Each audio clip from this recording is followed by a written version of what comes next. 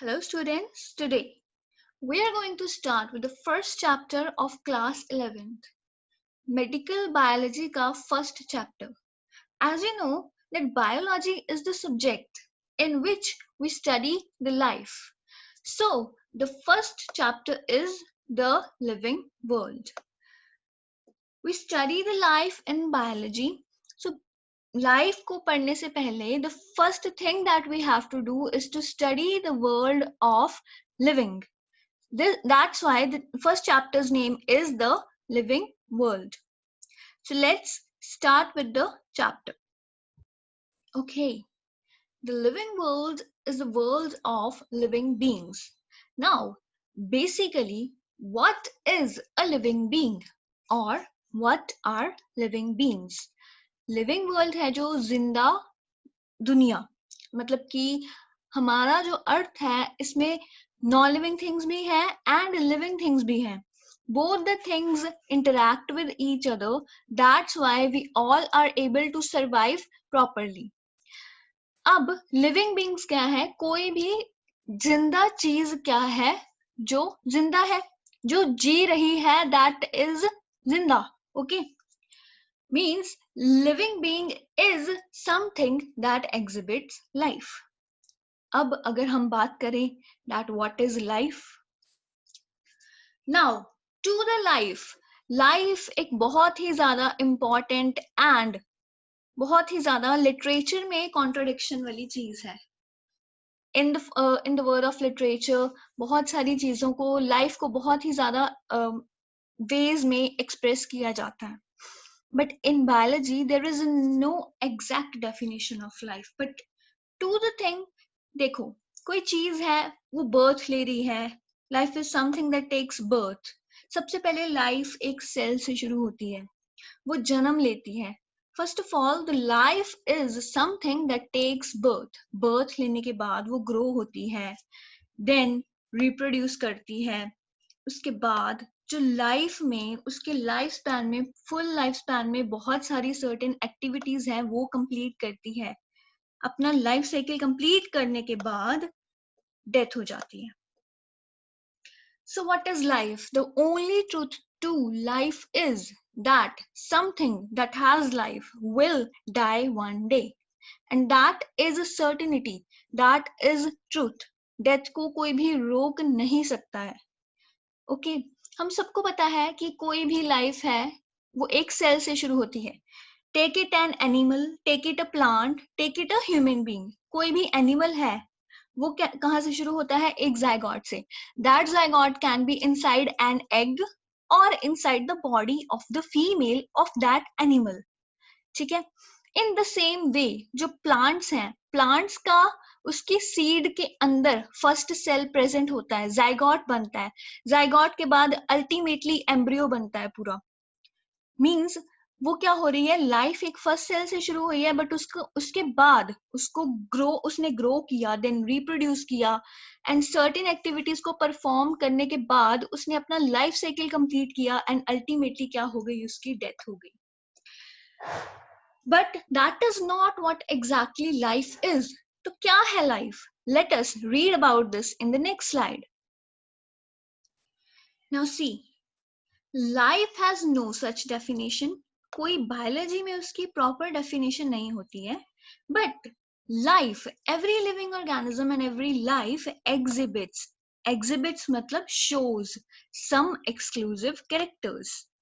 Okay, now why इस exclusive word को मैंने हाईलाइट क्यों किया है, नु वड्डा वड्डा क्यों लिखा मैं? Because exclusive is meant only to be used by. Exclusive is the word जिसका मतलब है only to be used by. अगर कोई चीज मेरा कैरेक्टर है तो फिर वो चीज सिर्फ मुझ में है और किसी में भी नहीं है. ठीक है. But exclusive characters of life से हमारा क्या मतलब है? Exclusive characters of life are those characters that are exhibited, means shown, only by the living beings without any exception. Without any exception word को अगेन मैंने बहुत ज्यादा हाईलाइट किया है. फर्स्ट ऑफ ऑल एक्सक्लूसिव का तो मतलब ही है only to be used by, only to be used by living beings, but all the living beings without any exception. Thus, exclusive characters of life are the defining character of life. Life की कोई भी definition नहीं है, but हम life को define कर सकते हैं, लाइफ को नॉन लिविंग से डिफरेंशिएट कर सकते हैं on the basis of the exclusive characters of life. समझ आ गया एक्सक्लूसिव कैरेक्टर क्या होते हैं? दोबारा से समझते हैं. एक्सक्लूसिव कैरेक्टर वो होते हैं जो सिर्फ only to be used by life. कोई भी नॉन लिविंग ऑर्गेनिज्म वो वाला कैरेक्टर नहीं एग्जिबिट कर सकता, एंड हर लिविंग ऑर्गेनिज्म वो कैरेक्टर एग्जिबिट कर सकता है. That is meant by the exclusive characters. तो लाइफ के एक्सक्लूसिव कैरेक्टर्स मतलब डिफाइनिंग कैरेक्टर्स क्या है? Let us start reading about this. अब देखो, सबसे पहले तो आ जाती है हमारी ग्रोथ. जो सबसे फर्स्ट कैरेक्टर है, that is I am talking about growth. Growth में let us first see this pictures कि जब बच्चा 1 साल का है तो वो इतना बड़ा है. जब बच्चा 2 साल का हो जाता है तो वो उसकी हाइट भी बढ़ जाती है, उसकी एक्टिवनेस भी बढ़ जाती है. वो बोलना चलना, 1 साल का बच्चा बोलना चलना सीख रहा होता है, मतलब बोल चाल सकता है लेकिन नॉट दैट प्रॉपरली.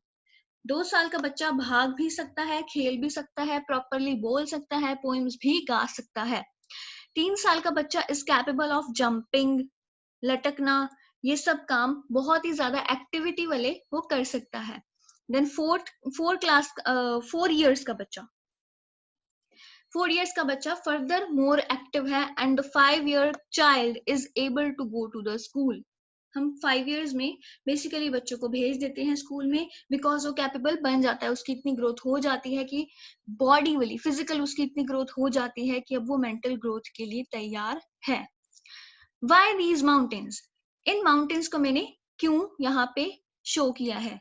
बिकॉज देखो, आपको माउंटेन्स में छोटे माउंटेन्स भी दिख रहे हैं और बड़े माउंटेन्स भी दिख रहे हैं. ठीक है, विद टाइम बहुत ज्यादा टाइम हो सकता है, 100 साल हो सकते हैं, 150 साल हो सकते हैं, लेकिन एक माउंटेन काफी अपनी हाइट में बड़ा हो जाता है विद टाइम. चाहे बहुत स्लो, लेकिन ग्रोथ माउंटेन्स भी शो कर रहे हैं. Let us define these things more properly in the next slide. Okay, तो ग्रोथ का मतलब क्या है? ग्रोथ का मतलब है बढ़ना, ग्रो करना. ग्रोथ की डेफिनेशन में क्या आता है? Increase in size and mass. All the living things grow, but some non living things also grow. यहाँ पे डम नहीं आना था, यहाँ पे सम आना था. That is my mistake, I am so sorry. All the living things grow, but some non-living things also grow, that we have seen like mountains and sand dunes.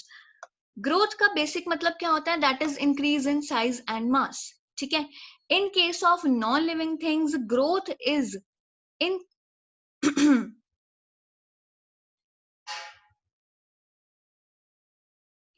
in case of living things, growth is increase the number of cells, but in case of non-living things which are capable of growing, they exhibit extrinsic growth. जैसे mountain है, ठीक है, mountain के ऊपर कुछ भी deposit हो जाएगा तो उसका साइज क्या हो जाएगा? इंक्रीज हो जाएगा. लेकिन अगर बच्चा ग्रो कर रहा है, अगर एक एनिमल ग्रो कर रहा है, अगर एक प्लांट ग्रो कर रहा है, तो उसमें से हमेशा ग्रोथ क्या होगी? अंदर से होगी, means intrinsic. Thus, growth is not an exclusive character of life, but intrinsic growth can be considered to be the defining property of life. देखो, again recapitulate to the exclusive. Exclusive का मतलब था only to be used by. All living things तो कर ही रहे हैं grow, लेकिन some non livings भी ग्रो कर रहे हैं, तो only to be used by वाला जो definition है, that is गलत हो गया. That's why growth is not an exclusive character of life, but we can consider the intrinsic growth to be the character of life. Now, to the next slide. That is very beautiful. As you can say, ये हमारा favorite character है सभी, almost सभी बच्चों का. What is this? This is a rat. And what is this? This is a cat. ये scene हमें क्या दिखा रहा है? ये सीन हमें ये दिखा रहा है that जब रैट एक कैट को देखता है तो वो भागता है, और जब कैट देखती है कि रैट भाग गया है तो वो और भी फास्टली उसको चेस करती है और भी तेज उसके पीछे भागती है. What is this? These are all things respond to the stimuli कि बाहर कुछ हुआ, ठीक है, आपको किसी ने आवाज लगाई तो आप भाग के जाओगे, ठीक है, आपसे किसी ने कुछ पूछा तो आप उसको रिस्पॉन्ड करोगे, आपको किसी ने पेंसिल चुभा दी तो आप उसको भी रिस्पॉन्ड करोगे. In the same case plants also respond. Plants को अगर प्रॉपर वाटर, न्यूट्रिशन, टेम्परेचर नहीं मिल रहा है तो प्लांट की ग्रोथ पे इफेक्ट हो जाएगा. In the same case this is the case of negative positive sorry negative geotropism and positive phototropism. Photo means light. तो हमेशा जो ट्री है ना वो लाइट की तरफ भागता है. बेसिकली द सन कहाँ पे होता है? ऊपर होता है. तो कोई भी प्लांट है वो ऊपर वाली तरफ ही जाता है, चाहे हम उसका जो पॉट है हॉरिजॉन्टल प्लेस में प्लेस कर दे. अगर पॉट है, पॉट हॉरिजॉन्टल हो गया, फिर भी ऐसा नहीं होगा. Instead of going to this direction में जाने की बजाय प्लांट क्या है, ऊपर वाली साइड ग्रो कर रहा है. That is basically a respond to the stimulus.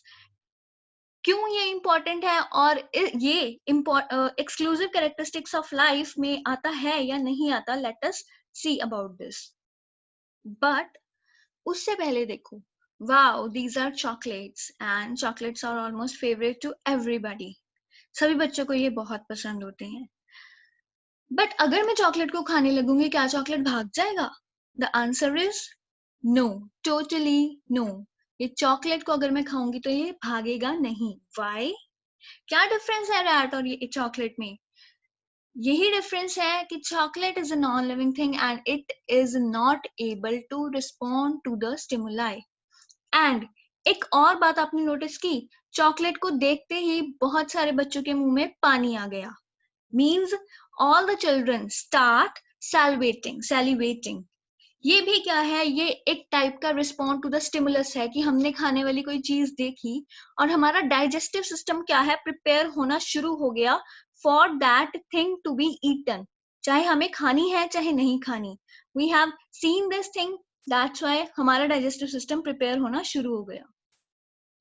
So this all was the response to the stimuli. हमें पता चल गया कि response to the stimuli क्या है. That is awareness to the surrounding. Surrounding में कुछ भी हो रहा है, that is response to the stimuli. And इसको एक और word भी बोला जाता है consciousness. Because awareness के लिए हम कौन सा word use करते हैं? Conscious. Thus awareness to the surrounding के लिए हम word use करते हैं consciousness. If you have heard, अगर ਤੁਹਾਡੇ ਸਾਹਮਣੇ ਕੋਈ ਵੀ ਵਰਡ ਆ ਜਾਂਦਾ ਹੈ, ਅਵੇਅਰਨੈਸ ਆ ਗਿਆ, ਕੌਨਸ਼ੀਅਸਨੈਸ ਆ ਗਿਆ ਜਾਂ ਰਿਸਪੌਂਡ ਟੂ ਦ ਸਟਿਮੂਲਸ ਆ ਗਿਆ ਨਾ, ਤੁਸੀਂ ਸਮਝ ਜਾਣਾ ਹੈ ਕਿ ਆ ਤਿੰਨੋਂ ਚੀਜ਼ਾਂ ਇੱਕੋ ਹੀ ਹੈ. And this is the exclusive characteristic of life.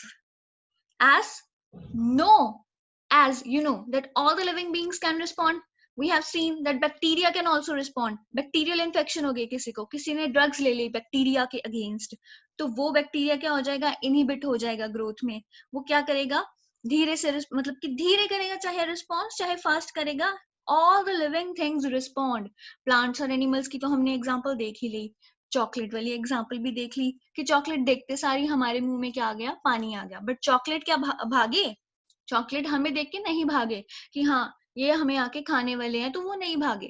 But rat ने क्या किया? रैट को जब पता चला कि कैट उसको खाने आ रही है तो वो भाग गया.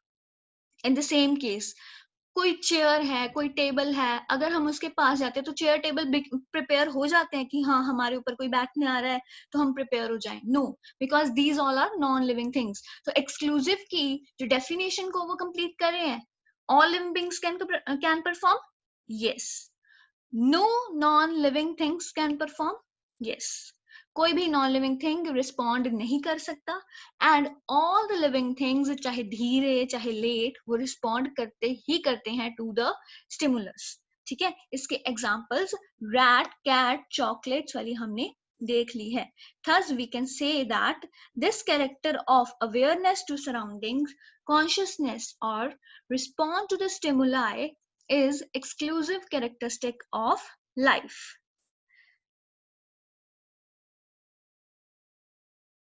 Now to our next characteristic. Next characteristic हमारा क्या है? That is the reproduction. Reproduction क्या है? Reproduction is the ability to produce offsprings in order to ensure continuity of generations. इसका मतलब क्या हुआ? इसका मतलब ये है कि कोई भी जिंदा चीज है वो अपने बच्चे पैदा कर रही है, अपने ऑफस्प्रिंग्स, अपने जैसे दिखने वाले और जीव पैदा कर रही है। एंड ये चीज वो क्यों कर रही है? क्योंकि मैंने आपको सबसे पहले बताया था the truth of life is death. जो भी जी रहा है वो मरेगा, जो भी जिसने बर्थ लिया है वो मरेगा, that is the truth. Life की और कोई सच्चाई हो चाहे ना हो, but death is the only truth to life that can not be. उसको डिले किया जा सकता है लेकिन उसको टाला नहीं जा सकता। जिसने जिसने बर्थ लिया वो तो मर ही जाएगा। थस जनरेशन कैसे कंटिन्यू होगी? जनरेशन कंटिन्यूटी ऐसे ही होगी with the help of reproduction. Okay, so reproduction के बारे में और पढ़ते हैं दैट ये एक्सक्लूसिव कैरेक्टर है या डिफाइनिंग कैरेक्टर ऑफ लाइफ है या नहीं। First of all you tell me that what do you think about कि रिप्रोडक्शन इज द कैरेक्टर और not. Now we can see chair है, टेबल है, कॉपी लगा लो, पेन लगा लो, लैपटॉप लगा लो, मोबाइल लगा लो, कोई भी चीज लगा लो, that is non living things. वो रिप्रोड्यूस कर देंगी।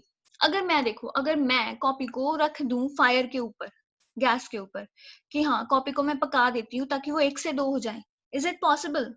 Not at all. This is not possible. So no non-living things are able to reproduce. Reproduction is only exhibited by living things. But हमने भी देखा है बहुत सारे केसेस में, बहुत सारे ह्यूमन बीइंग्स क्या होते हैं, उनके बच्चे नहीं होते हैं, बहुत सारे कपल्स के, and they are considered to be infertile. अगर उनमें कैपेबिलिटी नहीं होती है बच्चे पैदा करने की तो उनको हम इनफर्टाइल बोलते हैं। So what is that? Some of animals जैसे म्यूल एंड हिनी है, उनमें तो कैपेबिलिटी ही नहीं है कि वो रिप्रोड्यूस कर सके, क्योंकि वो एनिमल्स ही कुछ इस तरीके के होते हैं कि उनमें कैपेबिलिटी नहीं होती रिप्रोड्यूस करने की। Also, some human beings are able to reproduce and very few, but some human beings are able to not reproduce. तो क्या वो जिंदा नहीं रहते? तो क्या वो अपना लाइफ स्पैन नहीं कंप्लीट करते? क्या उनको किसी टाइप की बीमारी हो जाती है? क्या वो किसी चीज में अधूरे रहने लग जाते हैं? No, reproduction is not the basic unit of life. ठीक है, रिप्रोडक्शन के बिना भी हमारा लाइफ स्पैन कंप्लीट हो सकता है, बिल्कुल नॉर्मल जैसा कंप्लीट हो सकता है। ये चीज को इंश्योर करने के लिए आप याद करो, 10th क्लास में आपने एक चैप्टर पढ़ा था लाइफ प्रोसेसेस का। उसमें आपने 4 लाइफ प्रोसेसेस के बारे में बात की थी, जिसमें फर्स्ट था न्यूट्रिशन, ट्रांसपोर्टेशन, रेस्पिरेशन।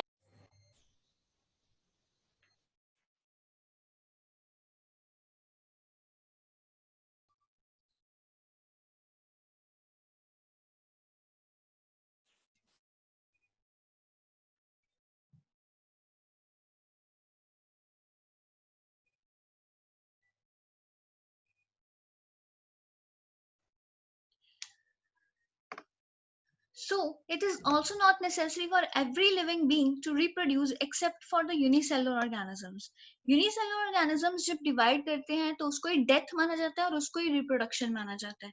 ठीक है, but except the unicellular organisms like bacteria, कोई भी मतलब कि ह्यूमन, कोई भी लिविंग बीइंग को ऐसी कंपल्शन नहीं है कि उसने रिप्रोड्यूस करना ही करना है। Thus, reproduction is not exclusive to life. That is done.